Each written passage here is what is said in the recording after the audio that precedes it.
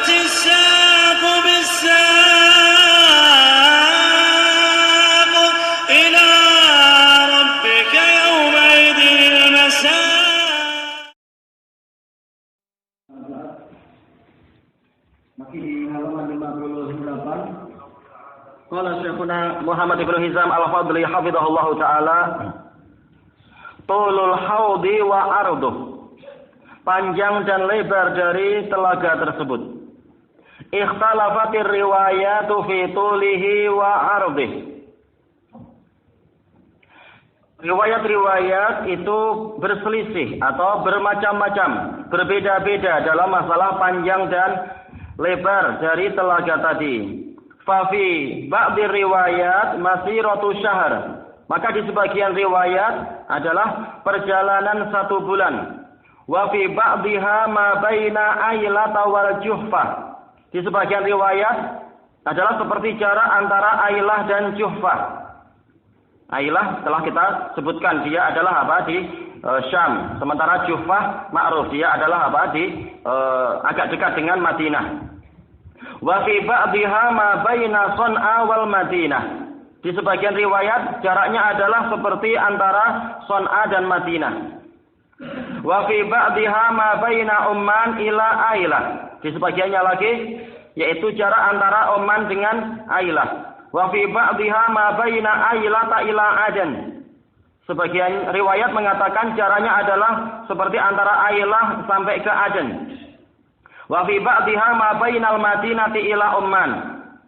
Baik. Qala al-Qadhi Iyad rahimahullah, wa hadzal ikhtilaf wal ittirabu la yujibu dhaf.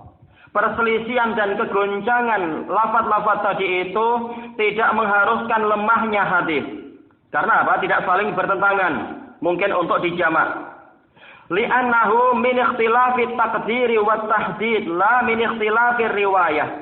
Karena dia sekedar perselisihan dari ukuran dan pembatasan, bukan perselisihan riwayat. Yang mana perselisihan riwayat terkadang menunjukkan apa? Lemahnya hafalan si rawi. Sementara ini tidak demikian. Bahkan masing-masing rawi yang thiqah meriwayatkan sesuai dengan yang mereka dapatkan. Li'anna dzalika lam yaqa' fi hadisin wahid. Karena perbedaan penentuan kota-kota tadi tidak datang pada satu hadis, tapi apa? Dari banyak hadis.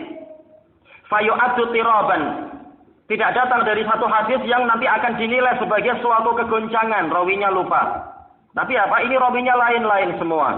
Wa inna ma ja'a fi ahaditsa mukhtalifatin min ghairi wahidin minas sahabah. Akan tetapi hadis-hadis tadi datang, riwayat-riwayat tadi datang pada hadis-hadis yang beraneka ragam dari lebih dari seorang sahabat.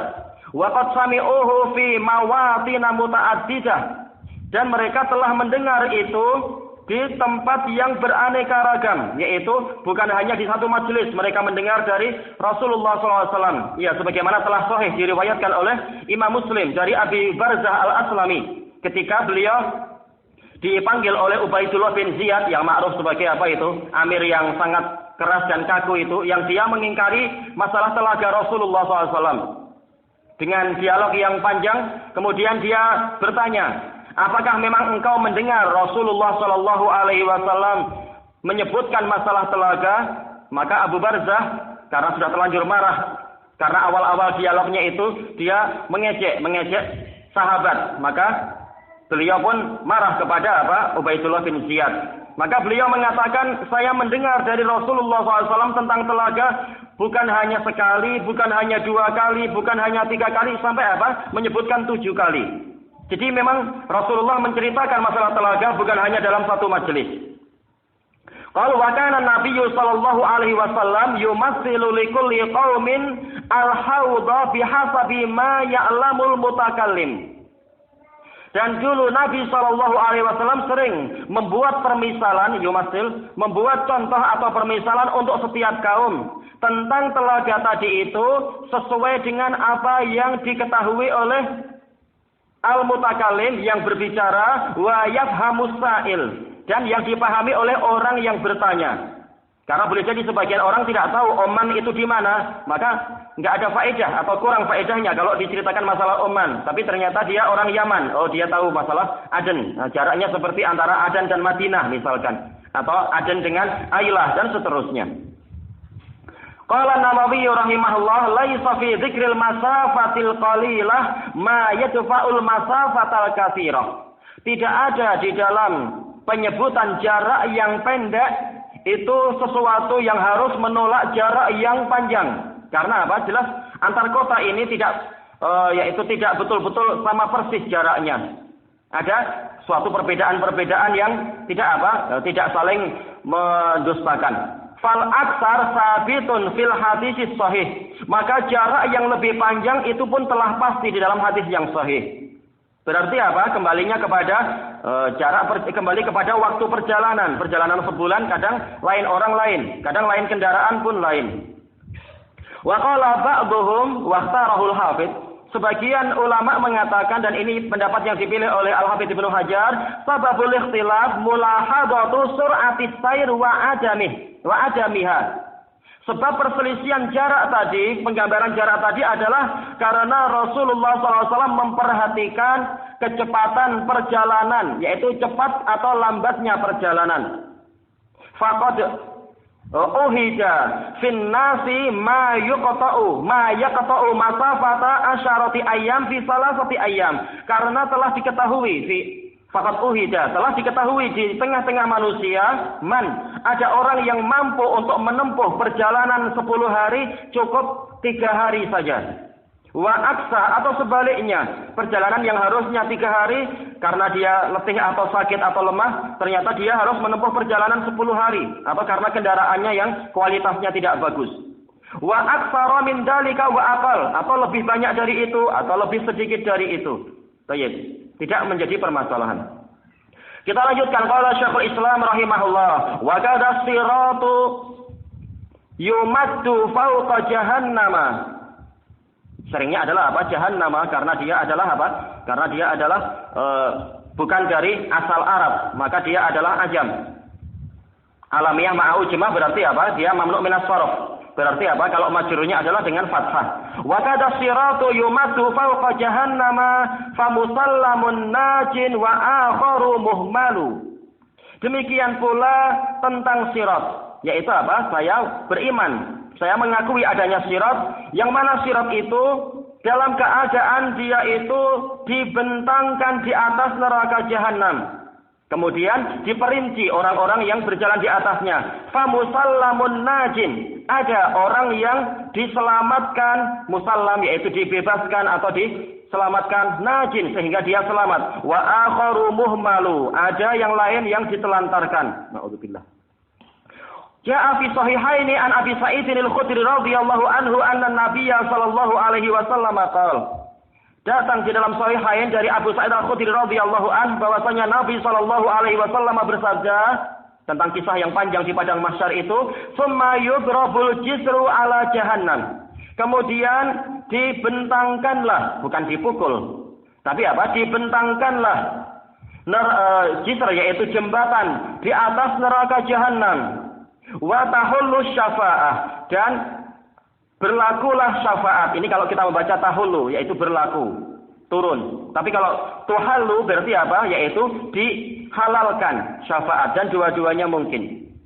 Fayaqulun, lalu mereka mengatakan, Allahumma sallim sallim. Dan telah dijelaskan dalam riwayat yang lain, la yatakallamun wa la yatakallamu yauma idzin illa nabi. Wa yaqulun Allahumma sallim sallim. Pada waktu itu tidak ada yang berbicara kecuali Nabi, dan para nabi mengatakan, ya Allah selamatkanlah, ya Allah selamatkanlah. Qil, ada yang bertanya, ya Rasulullah, wa mal jisr. Wahai Rasulullah, seperti apa jembatan itu? Jadi ma di sini bukan menjelaskan tentang definisi. Kenapa? Jelas para sahabat tahu jembatan itu apa, tetapi hakikatnya macam apa? Maka Rasulullah menjelaskan, bukan jembatan adalah sesuatu yang membentang di atas, yaitu di antara dua tepi sungai. Jelas sahabat tahu apa itu jembatan. Tapi hakikat jembatan yang dimaksudkan itu apa? Qal jahdun mazallatun. Dia adalah licin, dan dia itu sesuatu yang mampu menggelincirkan. Fihi khotatih, di jembatan itu, fihi jelas ditafsirkan dengan yang lain adalah alaih, yaitu di atasnya. Di atas jembatan itu ada besi-besi atau cakar-cakar yang menyambar-nyambar, khotatih. Khotofah, suka menyambar-nyambar. Takunu bi Najdin fiha Suwaikah.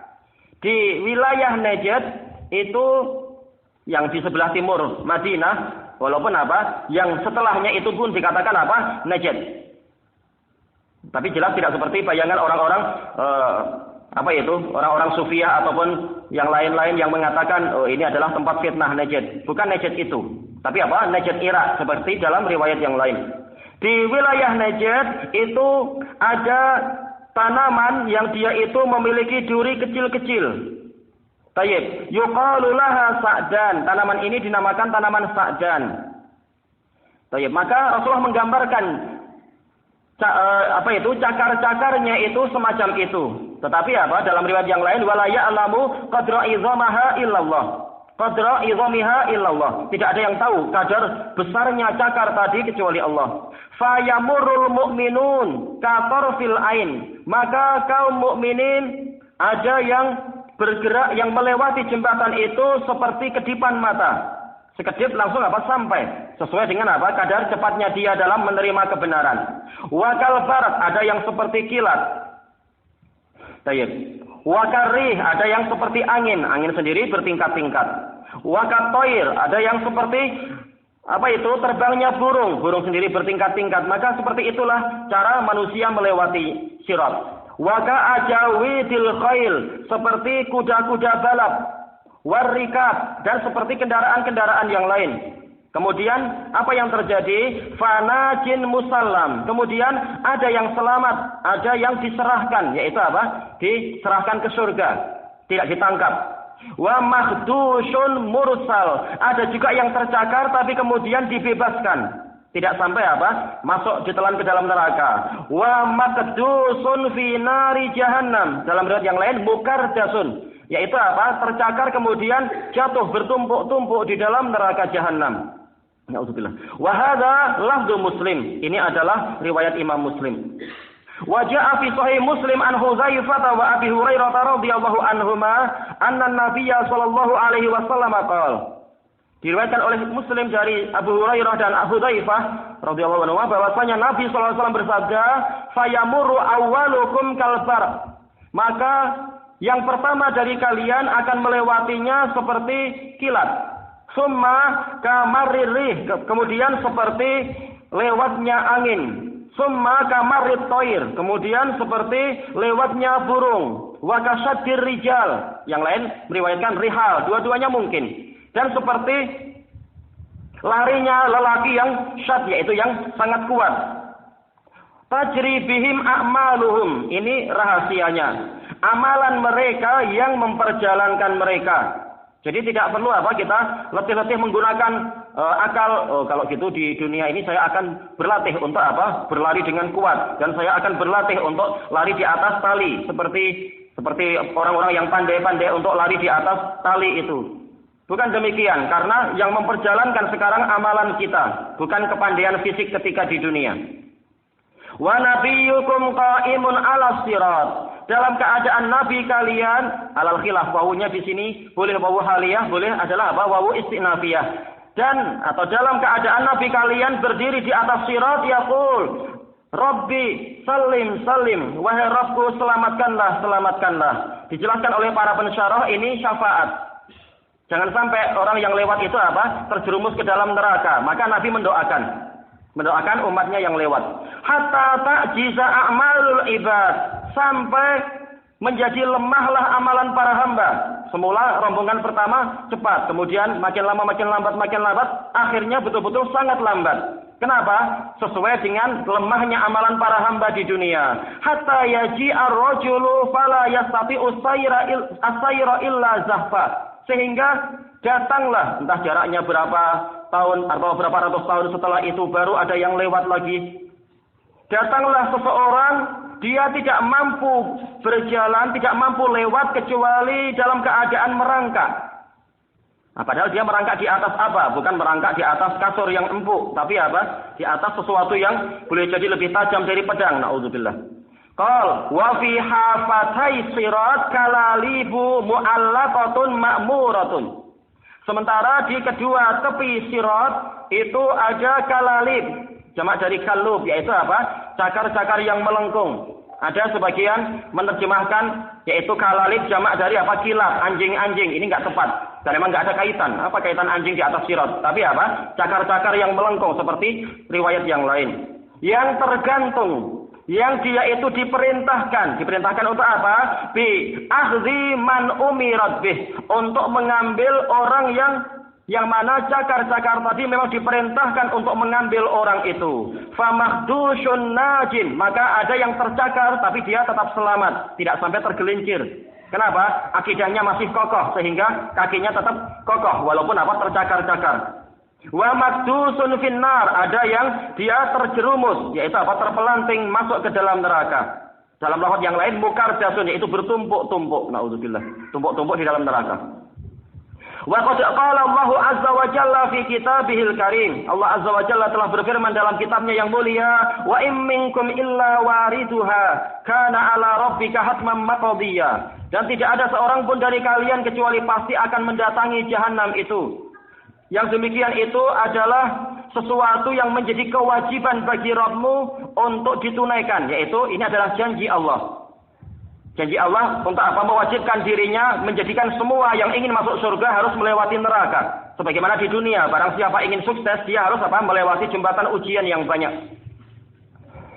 Wa qad ikhtalafa al-mufassiruna fil muradi bil wurudil mazkuri fi hadhil ayah. Para ahli tafsir berselisih pendapat tentang apa yang diinginkan dengan wurud, kedatangan yang disebutkan di dalam ayat tadi. Wurud, perbedaan antara waroda dengan ja'a. Ja'a itu umum, datang. Kalau waroda itu datang kepada perairan. Makanya sering istilah apa itu untuk air itu dikatakan apa? Maurud, asbabul wurud dan sebagainya. Baik, karena apa? Asalnya adalah air. Dan hadis-hadis dikatakan digunakan istilah wurud. Kenapa? Karena memang hadis itu ibaratnya adalah apa? Air untuk menghidupkan hati manusia. Baik. Nah sekarang kenapa? Wa in minkum illa wariduha. Neraka juga diistilahkan dengan apa? Didatangi dengan istilah waroda. Boleh jadi karena di dalamnya banyak air juga. Walaupun airnya adalah hamimin an. Air yang mencapai puncak panas. Na'udzubillah. Atau apa? Dari sudut pandang bahwasanya memang ini adalah tempat pencucian. Walaupun apa? Dia bukan dengan air tapi dengan api. Asal pencucian adalah apa? Dengan air. Maka ini istilahnya tetap waroda. Ini pendekatan. Wal adharu wal aqwa annahu al mururu ala sirat. Yang paling jelas dan paling kuat adalah tafsir yang mengatakan waroda di sini tidak betul-betul masuk ke dalam, tetapi lewat di atas sirat. Tidak betul-betul masuk jatuh ke dalam neraka, tapi apa? Lewat di atasnya, di atas mulut neraka itu. Allahul musta'an. Allah Ta'ala, "Tsumma nunajjil ladzina taqaw wa nadharu adh-dhalimina fiha jiziyah." Kemudian kami akan menyelamatkan orang-orang yang bertakwa. Sebagaimana di dunia dia bertakwa menjauh dari faktor-faktor yang mendatangkan celaka, maka di akhirat dia diselamatkan dari neraka. Dan kami biarkan orang-orang yang zalim berlutut di dalam neraka itu. Nauzubillah.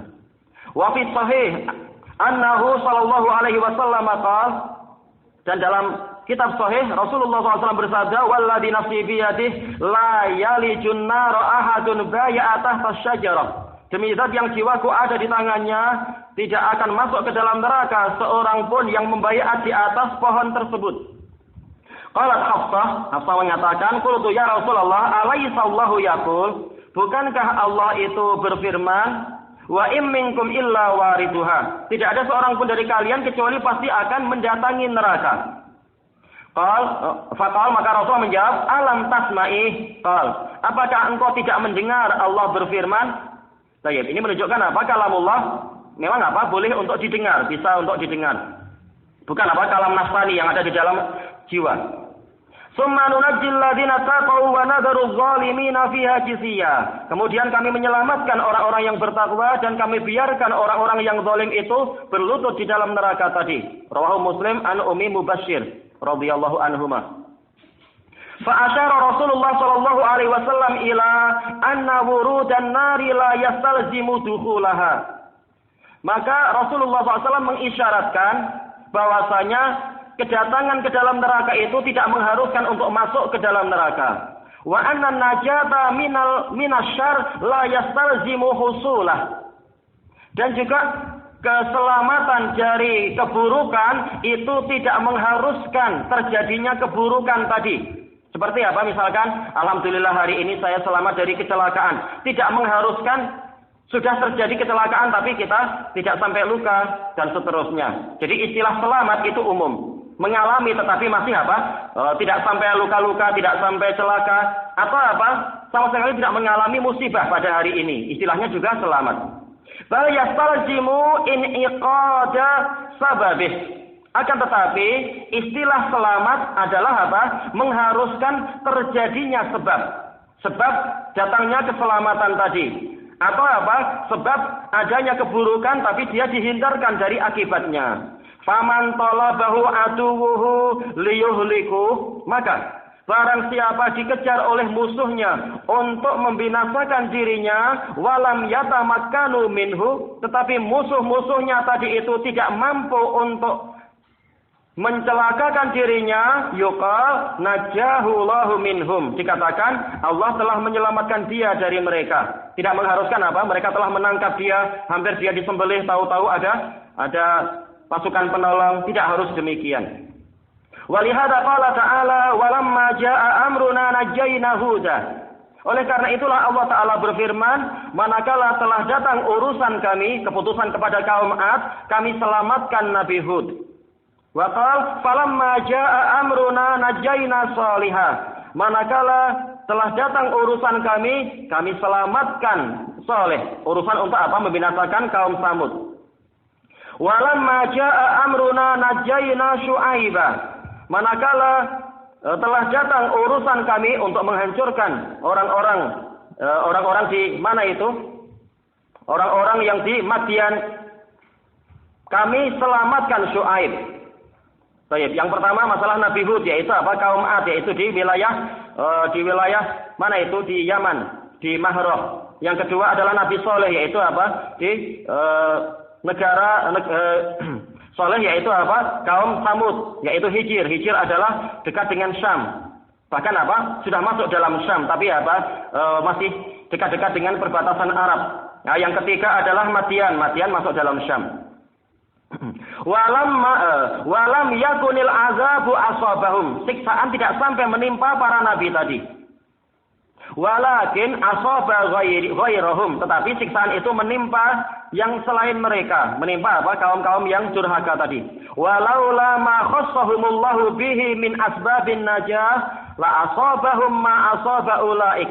Kalau bukan karena apa atau sesuatu yang Allah khususkan untuk mereka, berupa apa? Adanya sebab-sebab keselamatan, niscaya akan menimpa mereka siksaan yang menimpa kaum-kaum yang durhaka tadi.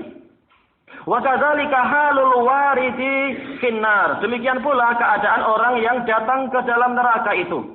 Yamurruna fawqaha 'ala sirat.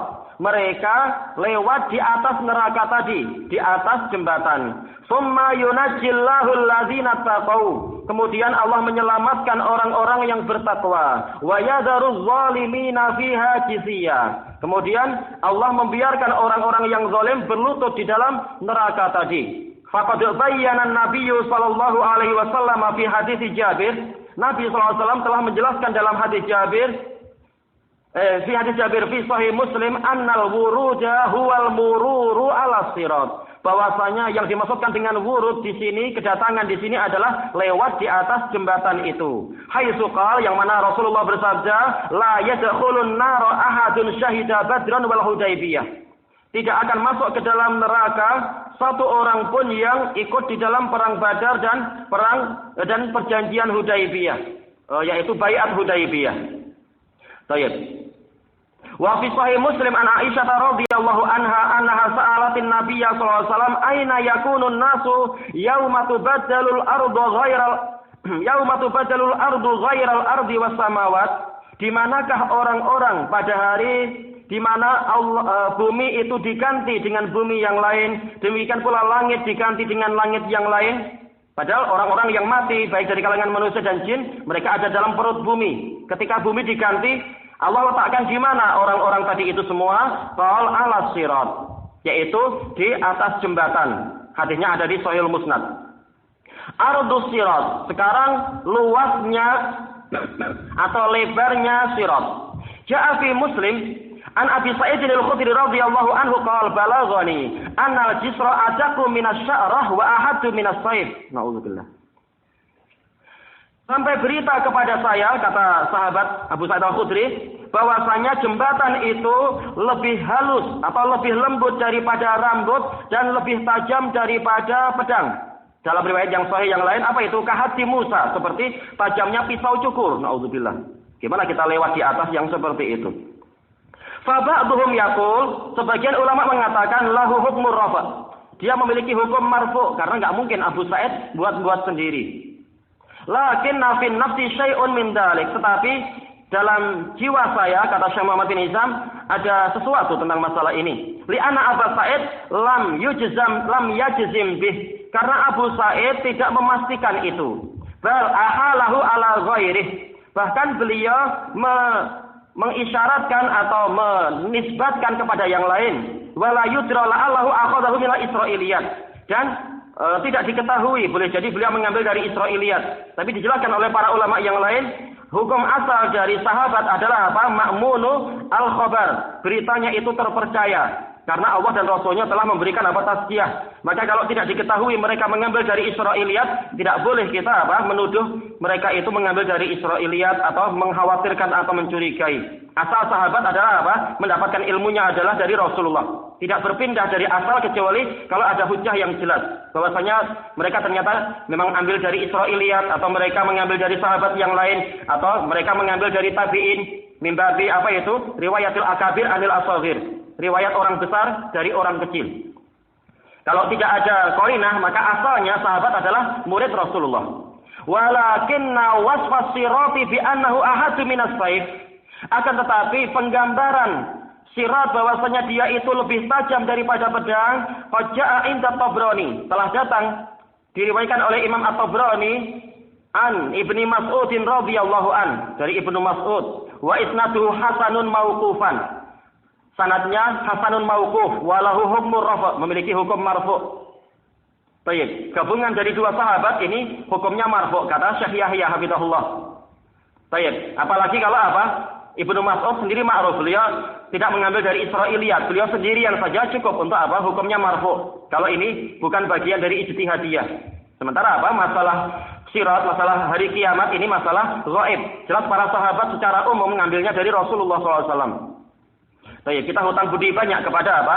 Kepada At-Tabrani rahimahullah yang dijuluki sebagai musnidud dunia. Kalau tidak ada riwayat ini, boleh jadi apa? Kita akan kesulitan mencari penguat-penguat. Misalkan, ya Tabrani ditanya, bagaimana cara Anda menjadi penghafal seluruh hadis di dunia, sementara dan seterusnya itu dengan jasa yang sangat besar, hampir semua sanad pada masa itu kembalinya ke beliau. Beliau mengatakan apa? Saya sering tidur di bawah pohon. Karena apa? Banyak masyayikh yang mereka mengadakan daras dan waktu tidak cukup untuk saya tidur di tempat-tempat yang sedap. Maka untuk menghemat waktu, saya jalan, kemudian waktu tidur saya tidur di tempat yang saya dapatkan. Memang perlu kerja keras. Baik. Wa inda Ahmad min hadits Aisyah radhiyallahu anha wa fi isnadihi Ibnu Lahiyah. Dan juga diriwayatkan oleh Imam Ahmad dari hadis Aisyah, tapi dalam sanadnya ada Ibnu Lahiyah. Baik. Ma'ruf bahwasanya beliau Sayyidul Hifdz rahimahullahu taala, baik sebelum terbakarnya maktabah beliau ataupun setelah terbakarnya perpustakaan beliau. Tapi apa? Boleh untuk syawahid, penguat. Wa inda Ahmad bin Mani kama fil matalibil aliyah min hadits Abi Hurairah radhiyallahu anhu wa fi isnadihi Abu Ma'syar Najih bin Abdurrahman As-Sindi. Abu Ma'syar As-Sindi wa huwa dhaif. Tapi apa? Boleh untuk syawahid, boleh untuk penguat. Wa ja'a min hadits Anas radhiyallahu anhu inda Al-Baihaqi kama fi Syu'abil Iman wa fi isnadihi Ziyad an-Numairi wa huwa dhaif. Baik, tapi apa? Boleh untuk penguat. Fal haditsu hasanun bi majmu'i hadhihi turuq. Maka hadisnya menjadi hasan dengan kumpulan jalur-jalur ini. Tentang apa? Gambaran sirat yang sangat menakutkan itu. Wallahu a'lam. Baik, kelanjutannya besok insyaallah kita manfaatkan tambah sedikit ya. Ada pertanyaan di mana?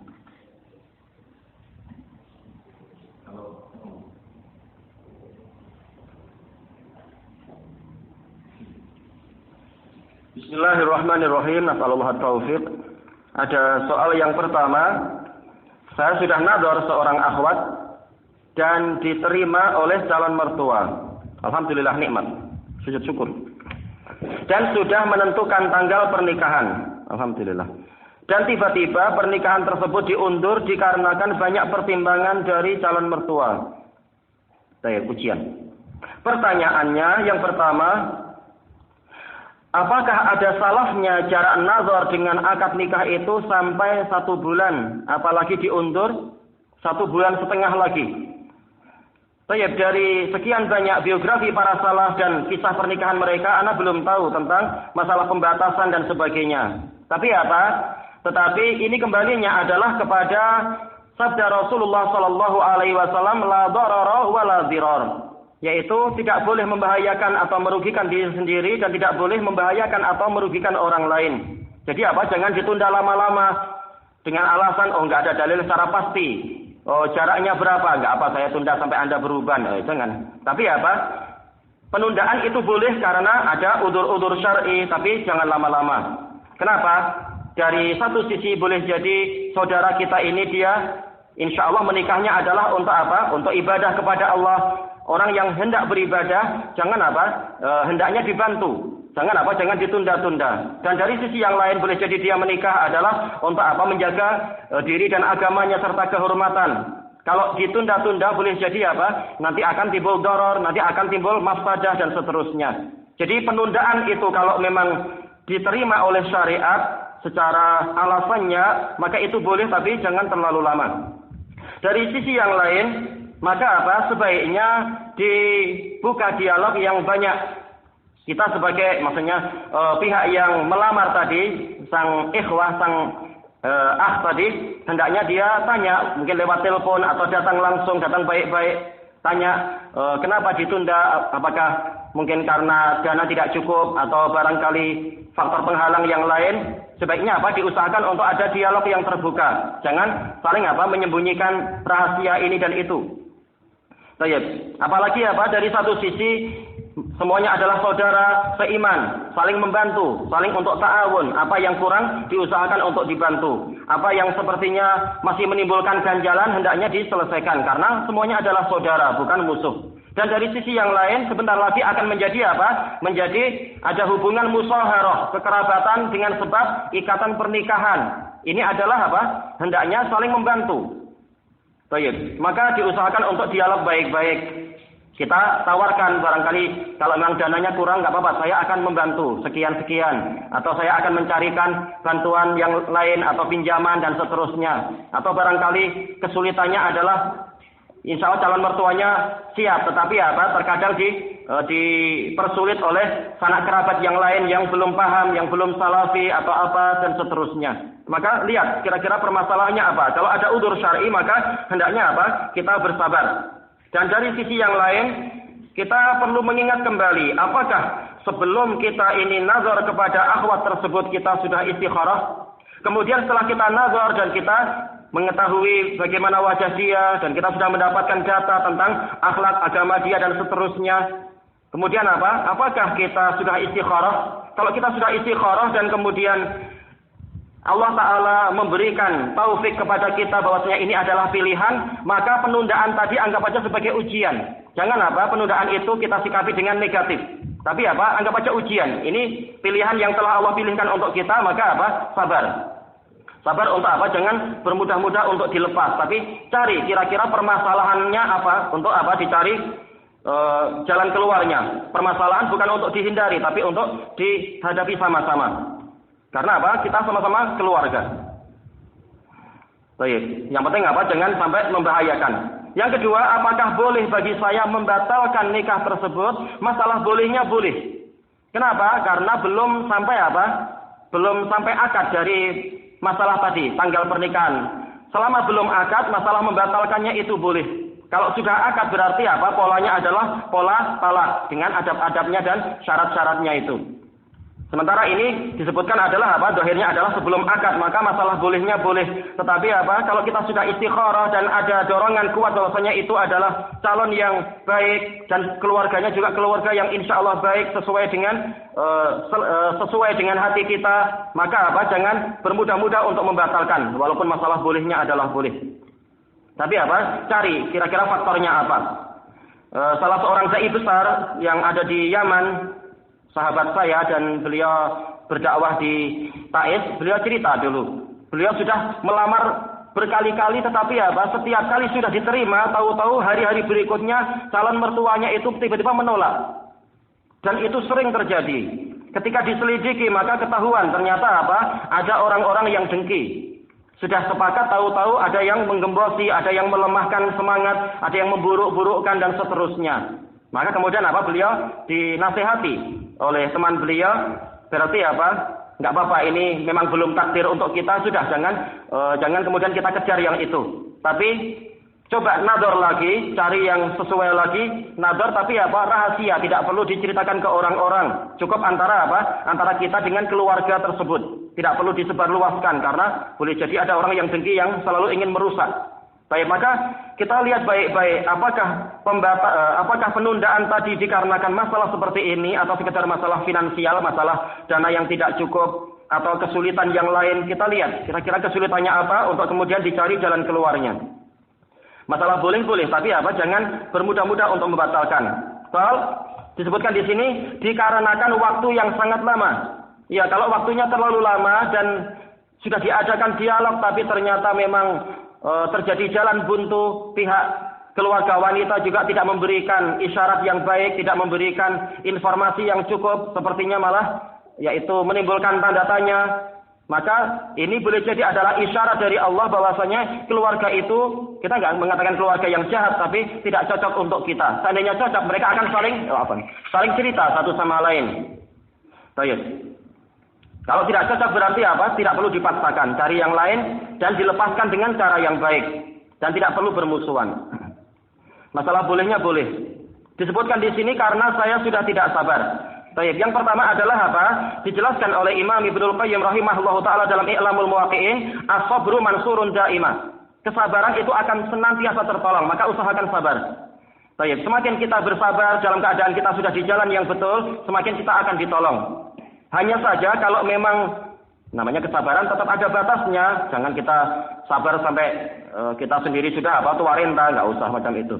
Tapi kalau sudah tidak sabar dan segala cara yang baik ditempuh juga tidak ada hasilnya, maka kita kasih surat atau kita datang baik-baik, kita kemudian membatalkan secara baik-baik dan tidak perlu bermusuhan. Disebutkan di sini mengingat calon mertua yang tidak jelas pertimbangannya. Baik. Kalau memang belum jelas dan sudah dipertanyakan dan sudah ditanyakan baik-baik tidak mau cerita, berarti memang ada ketidakcocokan. Boleh jadi mereka malu untuk cerita, boleh jadi mereka takut untuk bercerita atau apa. Kalau memang sepertinya tidak ada jalan keluar, boleh kita mengundurkan diri baik-baik. Itu adalah rezeki orang lain, itu bukan jodoh kita dan seterusnya. Baik. Takut diundur-undur lagi. Dan memang kemungkinan kalau tidak diketahui dan tidak ada batas akhirnya, dohirnya, boleh jadi adalah ada masalah besar di balik itu. Lihat keadaan, lihat korinah.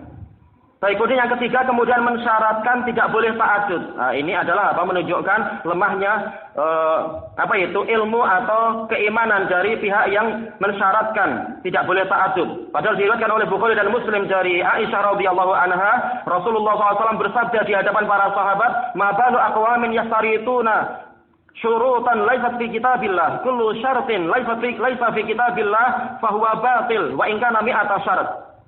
Kenapa orang-orang itu mereka membuat syarat yang tidak ada dalam kitabullah? Setiap syarat yang tidak ada dalam kitabullah maka itu adalah batil walaupun dia adalah 100 syarat. Syarat itu tidak berlaku, dianggap tidak ada. Baik, itu adalah syarat yang batil. Itu adalah syarat yang menunjukkan mereka rahmatnya kurang, mereka ananiyah. Ini kalau nggak punya ilmu. Hanya mikir diri sendiri, sementara wanitanya tidak memikirkan tentang saudari-saudari yang lain. Dulu orang-orang Indonesia dari hasil sensus, kalau dihitung-hitung, laki-lakinya 1, wanitanya adalah 7 atau 8. Kalau setiap satu laki-laki hanya dapat 1 wanita, yang 7 dibuang kemana? Nah, jangan wanita itu setelah belajar lalu memikirkan diri sendiri. Pikirkan saudari-saudari yang lain. Baik. Kalaupun kita belum mampu, maka apa? Jangan kita berani-berani membuat syarat di muka bumi dengan syarat yang batil. Tapi apa? Mohon hidayah pada Allah, mohon taufik dan seterusnya. Baik. Baik, kelanjutannya darasnya besok insyaallah, wallahu a'lam. Subhanakallahumma wa bihamdika la ilaha illa anta astaghfiruka wa atubu ilaik. Alhamdulillahirabbil alamin.